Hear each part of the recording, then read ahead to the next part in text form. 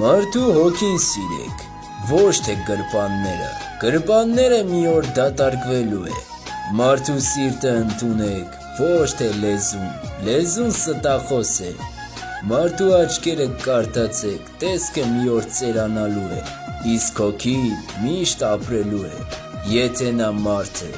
մարդուն ճանաչեք ոչ թե իր ունեցվածքով կամ պերճախոս լեզվի ձիաուժով, այլ նրա անցած ու ներկա կյանքի քարտեզով,